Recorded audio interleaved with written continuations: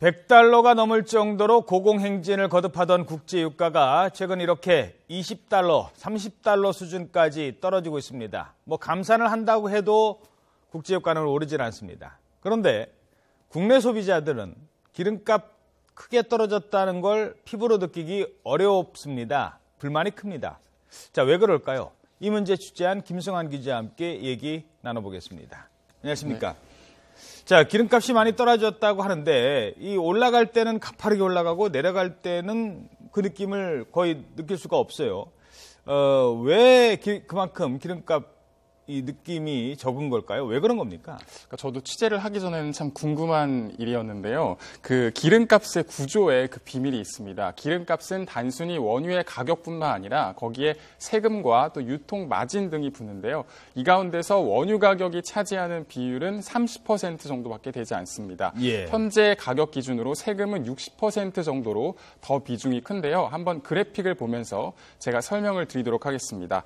현재 그 휘발유 1리터에 붙는 유류세는 약 746원입니다. 그 가운데서 가장 많은 비중이 바로 교통, 에너지, 환경세라는 것이 있고 또 교육세와 주행세가 있는데요. 그 휘발유 1리터에 원유 가격에 상관없이 항상 같은 금액이 붙는 겁니다. 그 대부분의 상품이 가격이 오르면 세금을 더 많이 내고 또 반대로 물건값이 떨어지면 세금도 주는 것과는 좀 다른 건데요. 극단적으로 말을 하면 원유 가격이 그 0원일 때도 유류세가 746원이 붙는다고 볼 수가 있는 거죠. 예. 그 정찬배 앵커께서는 그 차를 주유할 때 보통 가득 채우면 한 얼마 정도 계산을 하시나요? 한 10만 원 정도 들어가지 않을까요? 한 10만 원 정도 만약 계산을 하면은 예. 그중에서 세금이 60% 정도니까 6만 원은 그 원유 가격과 상관없는 세금을 낸다라고 볼 수가 있는 겁니다. 그래서 실제로 유가 변동과 영향을 미치는 원유는 30% 정도이기 때문에 굉장히 좀 미미하죠. 그래서 소비자들은 아무리 국제 유가가 많이 떨어졌다고 해도 실제로 체감하기가 어려운 겁니다. 예. 자, 아까 지적한 것처럼 유류세입니다. 이게 오르든 내리든 이 유류세라는 게 왜 떨어지는 기름 가격과 상관없이 이렇게 붙는 거죠? 그리고 이게 언제부터 이렇게 나온 겁니까? 네, 유류세는 그 가격과 상관없이 고정된 게 지난 1996년부터인데요. 기름값 움직임에 상관없이 도로 같은 사회 간접 자본을 늘리고 또 교육 재정을 안정적으로 확보하려는 조치를 취한 겁니다. 지난해 정부가 거둔 유류세만 20조 원이 넘어서 전체 국세의 10% 이상을 차지할 정도로 굉장히 안정적인 재원이고요. 또 가장 많은 비중을 차지하는 교통, 에너지, 환경세에는 교통시설을 늘리고 환경 개선을 위해서 사용하기 위한 목적세입니다. 그 밖에도 교육 재정을 늘리기 위한 교육세라든지 차 운행하는 사람에게 교통 혼잡의 비용을 부담하는 주행세가 있고 여기에 관세, 부가가치세 등이 다 포함이 돼서 현재 휘발유 가격이 1,300원에서 1,400원 정도인데 그중에서 900원 정도는 우리가 세금으로 낸다라고 보면 되겠습니다. 예. 자, 그래서 기름값에 붙는 유류세를 내려야 된다는 주장이 있고요. 네.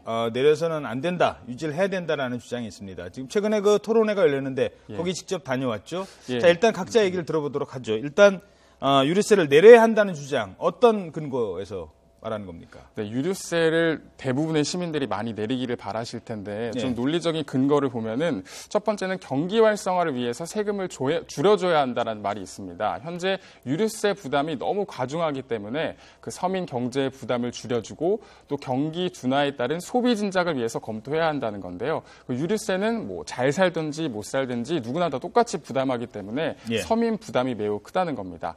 또 우리가 하나 좀 잘 생각하지 못하는 것이 현재 유류세가 제 역할을 하고 있지 못해서 항목을 조정해야 한다는 의견도 있습니다. 전문가 의견을 한번 들어보겠습니다. 예. 사실은 목적성의 역할을 하고 있는 것이 아니라는 것이죠. 왜냐하면 이게 아까 말씀드린 대로 거의 30조 원에 달하는 1년에 그리고 국세 15%에 달하는 재정의 수입원으로 활용하고 있다는 데 가장 저는 큰 문제점이 있다고 말씀을 드리고 싶은 겁니다. 네, 이 말을 좀 쉽게 말씀을 드리면 유류세가 그 재정 수입원으로만 활용이 되고 있고 제대로 된 목적으로 활용되고 있지 못하라는 거죠. 어허. 아까 말씀드렸던 그 교통 에너지 환경세 같은 경우에는 80%가 그 도로를 확충하거나 어떤 교통과 관련된 것에 쓰이기 때문에 기름을 많이 사용하는 사람에게서 돈을 걷어서 다시 또 도로를 확충하고 있다는 거죠. 예. 그런 반면에 그 환경을 위해서는 1~2% 정도로 굉장히 미미한 부분을 쓰고 있다라고 보고 있고요. 그래서 이렇게 여러 개로 나눈 그 세금의 항목을 필요한 곳에 제대로 쓸 수 있도록 하나로 통합하자 그렇다는 그 의견도 있었습니다. 예, 유류세 인하가 바람직하지 않다라고 주장하는 측 여기에서는 어떤 논거로 그런 얘기를 하는 겁니까? 네, 그 유류세 인하를 바람직하지 않다라고 보는 측면에서는 국가 경제의 미래를 봤을 때는 유지하거나 또 늘려야 한다라는 그런 입장입니다.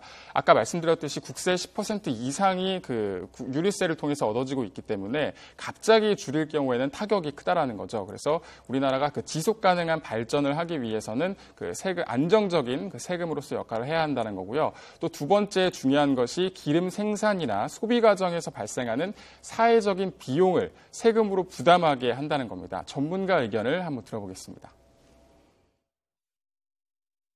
환경 비용이라든지 교통 혼잡으로 인해서 나타나는 비용이라든지 이런 것들은 생산자나 판매자가 부담하지 않는 겁니다. 하지만 비용을 발생합니다.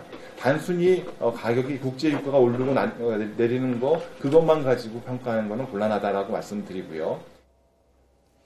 네, 이 부분 역시 그 보통의 사람들이 좀 생각하기 어려운 것인데 그 유가가 하락하더라도 기름을 그 소비하면서 차를 타면서 생기는 어떤 환경 오염이라든지 교통 혼잡 같은 사회적인 비용은 떨어지지 않기 때문에 그 세금을 통해서 부담시키는 것이 필요하다고 보는 겁니다. 예.